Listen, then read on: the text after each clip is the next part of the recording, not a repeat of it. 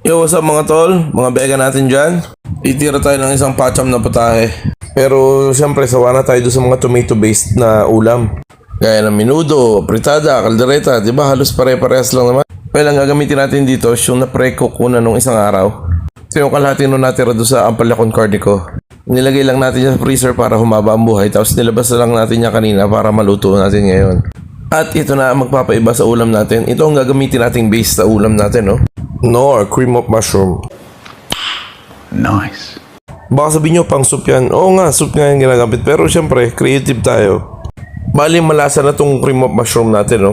At isa pa, malasa na rin naman yung sinangkot tsakong karne. Kaya okay na okay yan. Isang carrots, isang patatas, isang lara.